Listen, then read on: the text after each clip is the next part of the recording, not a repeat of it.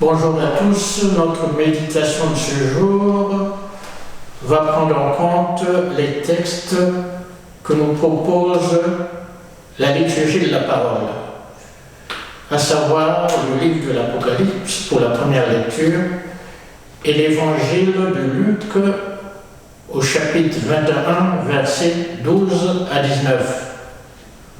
En ce temps-là, Jésus disait à ses disciples: on portera la main sur vous et l'on vous persécutera. On vous livrera aux synagogues et aux prisons. On fera comparaître devant des rois et des gouverneurs à cause de mon nom. Cela vous amènera à rendre témoignage. Mettez-vous donc dans l'esprit que vous n'avez pas à vous préoccuper de votre défense. C'est moi qui vous donnerai un langage et une sagesse à laquelle tous vos adversaires ne pourront ni résister ni s'opposer. Vous serez livrés même par vos parents, vos frères, votre famille et vos amis. Et ils feront mettre à mort certains d'entre vous. Vous serez détestés de tous à cause de mon nom. Mais pas un cheveu de votre tête ne sera perdu. C'est par votre persévérance que vous garderez votre vie. Nous pouvons peut-être retenir trois maîtres mots qui sont chers à Luc: la patience, la persévérance et la prière.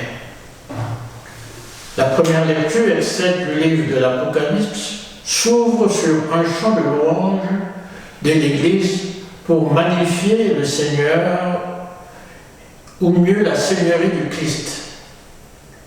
C'est le chant de l'agneau, aussi nommé chant de Moïse. Les 7 anges apparaissent au ciel pour achever la destruction de l'Antéchrist, cible de la colère divine qu'il suscite. C'est un message adressé aux chrétiens de ce monde, dans des moments difficiles, qu'ils espèrent et s'attendent à leur délivrance finale. Car la louange de l'Emmanuel, créateur et souverain de tous les mondes, est au-dessus du ciel et de la terre. Pour cela, il faut que l'Église passe par une ascèse purificatrice et qu'elle soit fermement d'unité.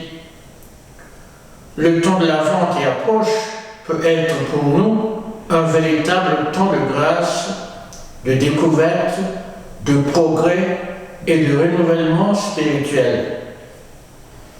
Même dans la tourmente, un avenir est possible, car un de nos contemporains a écrit: si vous ne pensez pas à un avenir, vous ne pouvez pas en avoir. Soutenu par la parole de Dieu, notre mission en tant que chrétiens est d'aider ceux qui désespèrent pour qu'ils puissent avoir une vision positive de la vie, un avenir.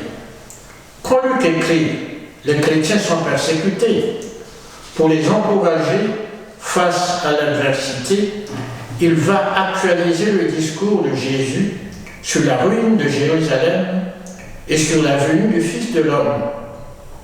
C'est au cœur de ce temps d'épreuve pour la foule et les disciples que retentissent ces paroles de Jésus.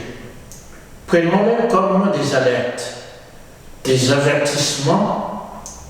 On portera la main sur vous et l'on vous persécutera à cause de mon nom. Cela vous amènera à rendre témoignage. Mettez-vous dans l'esprit que vous n'avez pas à vous préoccuper de votre défense. 2 axes se dessinent dans les injonctions de Jésus: l'assurance de sa présence et son appel à persévérer. Ainsi va-t-il conclure: c'est par votre persévérance que vous garderez la vie. Ces paroles de Jésus reflètent la réalité du monde dans lequel nous vivons. Partout, des personnes sont persécutées et tuées à cause de leurs croyances Et notre société n'en est pas exempte. La question, c'est de nous savoir, ou mieux de savoir, où est-ce que nous nous situons et que pouvons-nous faire pour améliorer cet état de choses.